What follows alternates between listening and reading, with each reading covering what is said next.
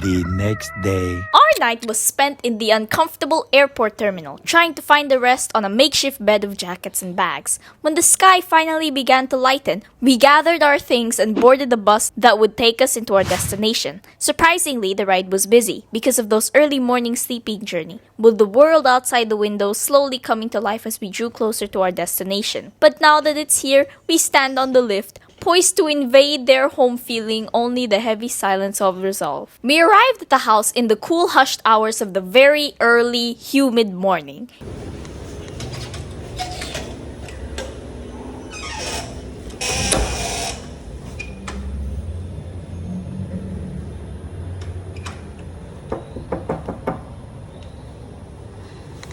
Tadin, tadin.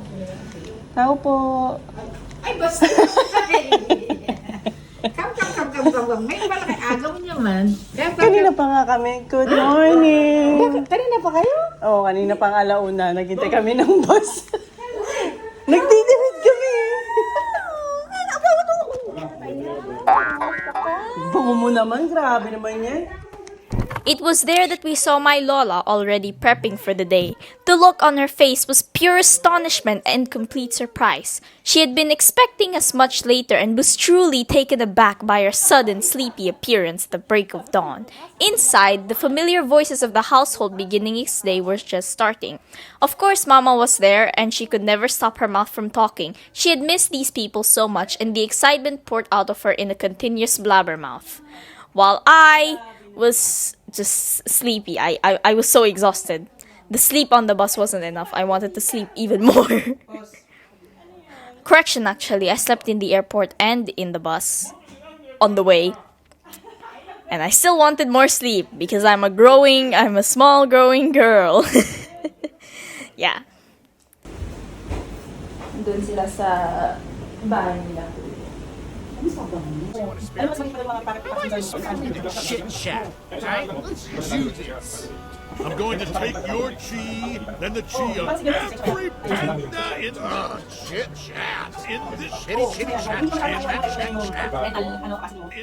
A few moments later, I was still fast asleep when Mama and Lola left for the nearby hawker. True to form, even after ordering their favorite horfun, their conversation... Horfun, okay.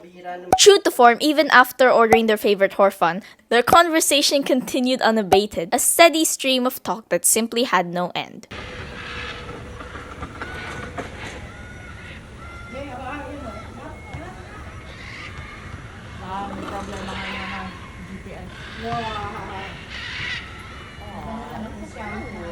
When I finally woke up, I quickly got my food and almost immediately we were on the move again.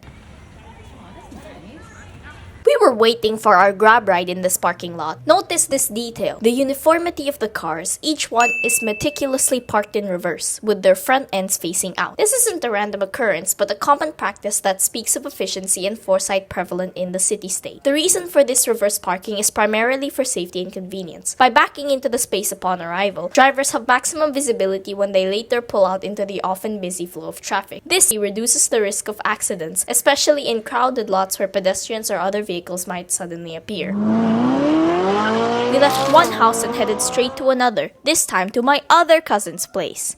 Ay!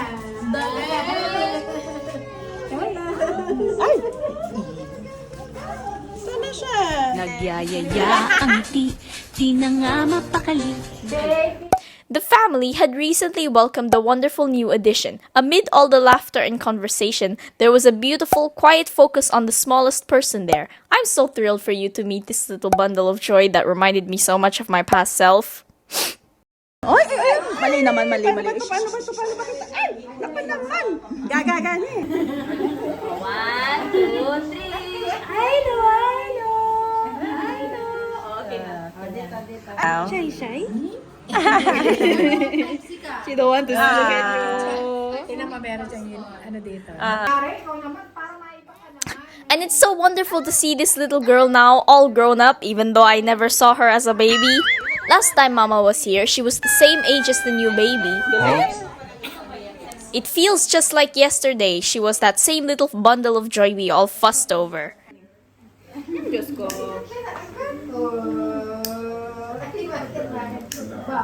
Kala mo si Ayla nagbe-birthday tita. Ayaw niya. Nainitan yan ma. Medyo hira sa Happy birthday to you. Happy birthday, happy birthday. Happy birthday to you. Blow.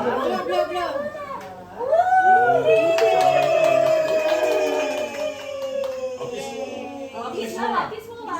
Very Awa! Alang kamatayan Chickenjoy. Sige. May sasamal na yun. Oo, di ba? Sa Jollibee, bida ang saya. Okay, moving on. Birthday or any other celebration, Jollibee will always be present on a Filipino feast. Young, old, or child at heart, we definitely love Jollibee. And my favorite will always be Chickenjoy. Nothing beats the crispylicious, juicylicious, chickenjoyest na! Chickenjoyest na! Even with a table full of other options, it's my go-to meal every time. I might have chosen something else if it weren't available, but since they had the one-piece Chickenjoy meal, my decision was made. I know I rave about it, but it's the truth. Just look for any YouTube videos.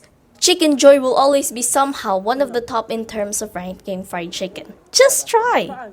And because this auntie loves to win over this little one's heart, and to her, sugar is the answer, she gave her a piece of this rich chocolate mud cake. She absolutely loved it. You could see it in the way she savored every bite. Basta mga ganyan gusto mo. Yum yum? Wala na. Yum yum? Ito, malinis ba to? Yum yum? Chocolate ka na lang kaysa mag-soft drink. Yum yum? Doon ka na? O sige.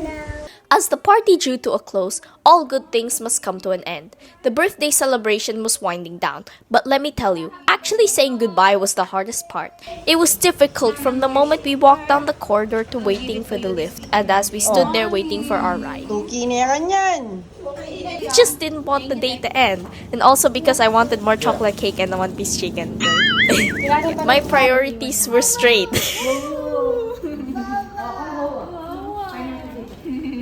Happy birthday, Dara. Thank you for feeding us this much.